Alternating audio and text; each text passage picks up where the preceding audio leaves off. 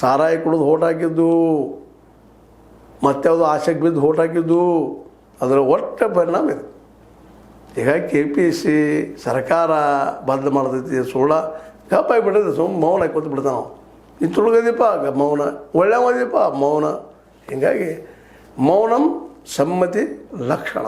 ಹೀಗಾಗಿ ಸರ್ಕಾರ ಇದನ್ನು ಬದಲು ಮಾಡ್ತೈತಿ ಅಂತ ನಾವೇನಾದರೂ ಕನಸು ಕಾಣ್ತಾ ಇದ್ರೆ ಅದು ಬಿಟ್ಟುಬಿಡೋದು ಭಾಳ ಯೋಗ್ಯ.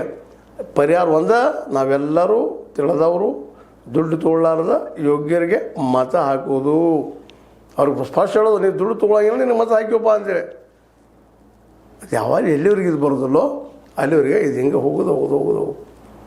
ನೋಟನೂ ಉಪಯೋಗ ಇಲ್ಲ. ಅದು ಗೋಟ ಸುಳ್ಳ ಇಟ್ಟಾರ ಅದನ್ನು ಹೆಸರಿಗೆ. ನಿಮ್ಗೆ ಯಾರು ಬೇಡದಿಲ್ಲ ಇದು ಮಾಡಿದ್ರೆ ಎಲ್ಲರಿಗೂ ಹೆಚ್ಚು ಓಟ್ ಹಾಕಿ ಬಂದ್ರೆ ಫಸ್ಟ್ ಅದಾತಂದ್ರೆ ಇಲ್ಲಂತ, ಎರಡನೇದಂತ ಅವ್ನು ಘೋಷಣೆ ಮಾಡ್ತಾರೆ. ಇದು ಹೆಂಗೆ ರೀ?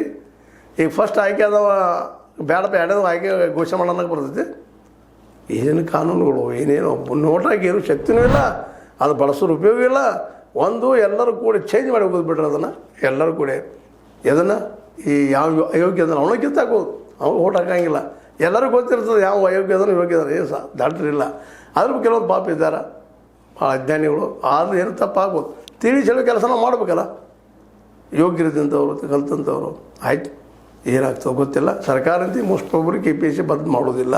ಯಾಕಂದ್ರೆ ಅದಕ್ಕೆ ದುಡ್ಡು ಬೇಕು, ಅವ್ರ ಶಾಸಕರು ದುಡ್ಡು ಬೇಕು. ಅವ್ರ ಸದಸ್ಯರೊಳಗೆ ಹೋದ್ರೆ ಅದರಲ್ಲಿ ಪರ್ಸೆಂಟೇಜ್ ಬರುತ್ತೆ. ಆ ಪರ್ಸೆಂಟ್ ತಾವು ಅಷ್ಟ ಸುಖೀಭವ ಆಗ್ತಾರೆ. ಅದಕ್ಕಾಗಿ ಮೋಸ್ಟ್ ಒಬ್ಬರು KPSC ಇದೇ ರೀತಿ ಮುಂದುವರಿದು ನಾವು ಇದೇ ರೀತಿ ಹೇಳ್ಕೊತ ಹೋಗೋದು, ಒಳ್ಳೊಳ್ಳೆ ಪತ್ರಿಕೆಗಳನ್ನು ಬರ್ಕೋತ ಹೋಗೋದು. ಆ ಪತ್ರಿಕೆಗಳಿಗೆ ಕಿಮ್ಮತ್ತಿಲ್ಲ, ನಮಗೆ ಕಿಮ್ಮತ್ತಿಲ್ಲ, ಯಾರಿಗೂ ಕಿಮ್ಮತ್ತಿಲ್ಲ ಅನ್ನೋಂಗಾಯ್ತು ಪರಿಸ್ಥಿತಿ.